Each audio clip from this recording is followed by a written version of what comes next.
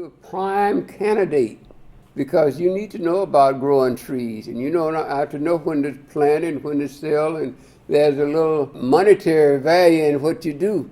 And so we get some help.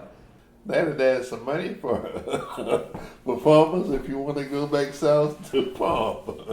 I said we made this kind of profit that we didn't even manage it. So let me move back down to Georgia to manage my timber. I was just basically just letting the trees grow as they will and wild. But after getting with Jerry, then Jerry told me, no, man, you can do better than that, you know. You need to have a program. Of course, I never thought about a program for growing trees. I just thought they'd grow wild in the forest like they always do.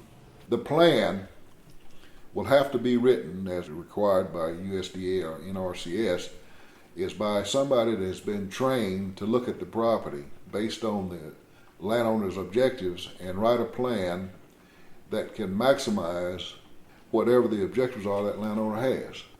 So I strongly recommend that every landowner try and get a plan. Through L.R. Lean, we have become involved in this program that will allow us to write a plan for our property as to how we want that property to be developed. We have it in our heads mentally, sort of what we want to do, but we had never actually put it on paper. So the first thing that we're doing right now in implementing our management strategy is that we're trying to put in fire breaks. And we're trying to put in fire breaks along the boundaries so we can have access to getting in and out. And then from that, we'll start our management. Well, EQIP, they paid to put a well in, put water lines in, put cross fencing in, prepared seed bed, also helping pay for seeds. And getting started in silvopasture. Fire lanes is one practice, and then later, this past winter, seedling pine, loblolly pines planted on that acreage. And in addition to that, I also wanted wildlife habitats. We're getting ready to do some chainsaw thinning, but we also are getting ready to do some timber stand improvement. When we started looking at the different tracks, we found some of the trees are kind of deformed, they're forked and what have you. And so we're gonna go ahead and harvest those, you know, for pulpwood because they probably won't mature into logs or what have you.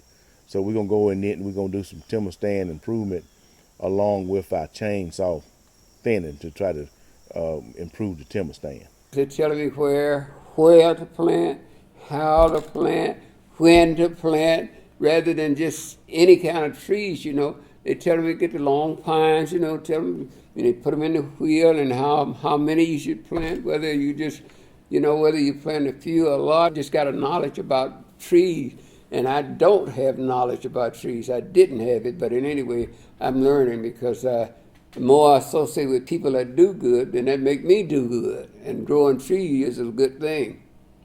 A lot of the people that own the property don't live on the property, and so it just, you know, they look at the dollars and, you know, if it was gone, I'd have the dollars, and the dollars are gone, and they don't have anything.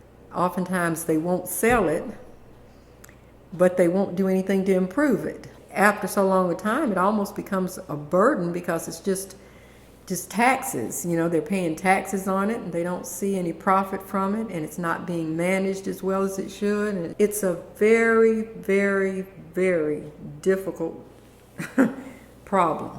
And I see this all over the South. Much of the land is family property that's in heirs. So you have many people who are owners or who have ownership in that property.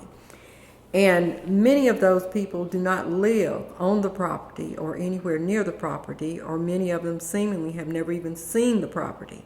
I think that one of the things that's desperately needed is for families to see the importance of having a person to manage the property.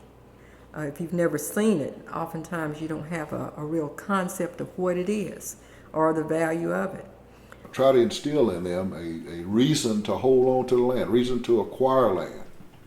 I had a grandfather when I was a kid coming up. That's one reason I own land today, is he said land is something that they don't make no more of. I grew up on it and had to work on it, and so we could survive, to eat. We had to grow different crops so we could. That was our livelihood. That was my father's livelihood.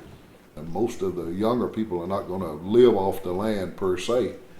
We got to instill in them a reason to hold on to it yet. These plans and doing things with it will help them.